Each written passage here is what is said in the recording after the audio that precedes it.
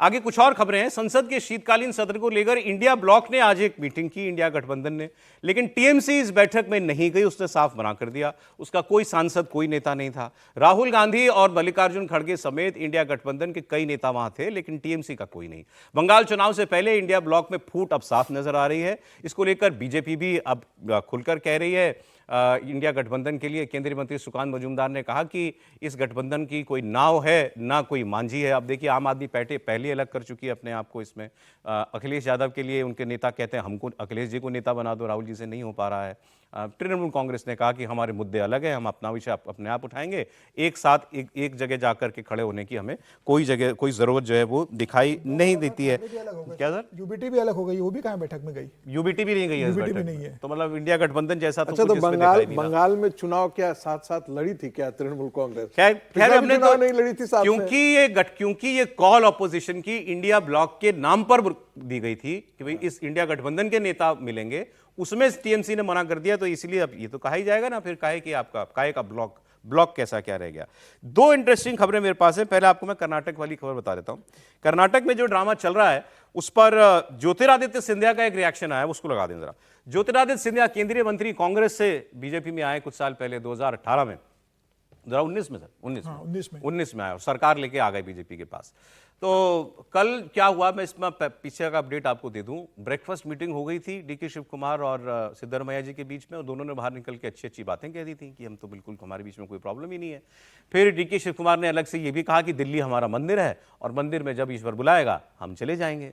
फिर उन्होंने लेटेस्ट ये भी बयान दिया कि मैंने आज तक कभी अपने और मुख्यमंत्री के बीच कोई मतभेद है ऐसी कोई बात नहीं कही, कभी मैंने ऐसा नहीं कहा। मैं अपने कभी किसी एमएलए को लेकर कभी दिल्ली नहीं गया, क्योंकि ये कहा जा रहा था कि आपके एमएलए तो वहां गए आपकी पैरवी करने गांधी परिवार के पास।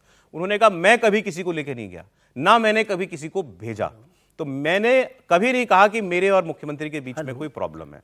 अब ज्योतिरादित्य सिंधिया का बयान सुनिए। ज्योतिरादित्य सिंधिया ने कहा कि एक तरफ प्रधानमंत्री मोदी के नेतृत्व में बीजेपी देश भर में परचम लहरा रही है और दूसरी तरफ कांग्रेस पार्टी है कि जहां सत्ता है भी, बची भी हुई है, वहां भी ये झगड़ा शुरू कर देते हैं। जनता से पूरी तरीके से कट चुके हैं, बार बार इनको सबक सिखाया जा रहा है, लेकिन कुछ स्टूडेंट्स ऐसे होते हैं कि उन्हें कभी सबक याद नहीं रहता।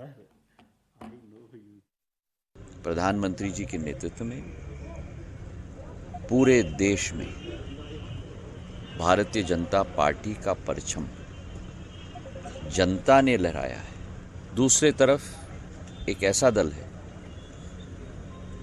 जो जहां सत्ता भी बची हो वहां कुर्सी की लड़ाई में लग गई है। जनता तो इनके दृश्य से संपूर्ण रूप से गायब हो चुकी है। अब वो स्थिति अगर उस दल की हो जाए तो फिर आगे उस दल का भविष्य क्या होगा, ये जनता ही निर्णय लेती है और बार बार जनता उनको सबक सिखाती है। अब इनका बोलना थोड़ा ज़्यादा चुभेगा कांग्रेस पार्टी को, क्योंकि ज्योतिरादित्य सिंधिया क्या थे राहुल गांधी के, ये तो अब किसी को बताने की ज़रूरत नहीं है। मुझे नहीं पता अब इनकी बात होती है कि नहीं होती, लेकिन पहले ये कहा जाता था कि राजनीति में अगर राहुल गांधी के कोई दोस्त हैं, दोस्त, तो ज्योतिरादित्य उनमें से थे। जो फर्स्ट नेम से बुलाते हैं राहुल गांधी को, राहुल बोलते हैं, और कोई राहुल जी वगैरह नहीं, बचपन के दोस्त हैं। अपॉइंटमेंट नहीं लेना पड़ता था इनके लिए, कोई अपॉइंटमेंट नहीं था, ये पूरी एक्सेस घर के अंदर। उनकी क्लोजनेस, वो जो विंक वाला जो इंसिडेंट है ना, उससे समझ में आता है। जो आंख मारी थी राहुल गांधी ने, इनको देख के मारी थी। हाँ, तो पार्लियामेंट में, तो उससे समझ में आता है कि कितना क्लोज रहे होंगे। तो ये तो दोस्त थे, यार थे, यार। हाँ? तो अब वो यार कह रहा है कि यहाँ तो हम जीते जा रहे हैं और तुम जहां एक आध जगह जीते हुए भी हो वहां भी तुम संभाल नहीं पा रहे हो। अच्छा, इनका भी तो ऐसा ही कुछ झगड़ा था ना, मध्य प्रदेश में अलग क्यों हुए थे, वही झगड़ा कर्नाटक में दिखाई दे रहा है। देखिए, ज्योतिरादित्य सिंधिया की जो दोस्ती राहुल गांधी के साथ रही है बहुत अच्छे, वैसे ही ज्योतिरादित्य सिंधिया के पिता माधवराव सिंधिया की दोस्ती राजीव गांधी के साथ भी रही थी। और माधवराव सिंधिया, जब राजीव गांधी जी की डेथ हुई उसके बाद सोनिया गांधी की भी बहुत विश्वस्त टीम में माधवराव सिंधिया शामिल रहे। और जब उन्होंने कांग्रेस छोड़ी थी माधवराव सिंधिया ने, जब अर्जुन सिंह लोगों ने कांग्रेस छोड़ी नरसिम्हा राव के समय, और जब सोनिया गांधी ने वापस कांग्रेस को अपने हाथ में लिया, तो तो ज्योतिराज माधवराव सिंधिया वापस कांग्रेस में लौट कर आए थे। तो पर इस परिवार का, गांधी परिवार से बहुत क्लोजनेस हमेशा से रही है। लेकिन अब ज्योतिराज सिंधिया जो बता रहे हैं वो कांग्रेस की पीड़ा और कांग्रेस का बता रहे हैं कि किस तरीके से कांग्रेस का नेतृत्व है कि वह जो 3 राज्य बचे और इतना बड़ा राज्य जो बचा हुआ है उसको भी आप ठीक से हैंडल नहीं कर पा रहे हो।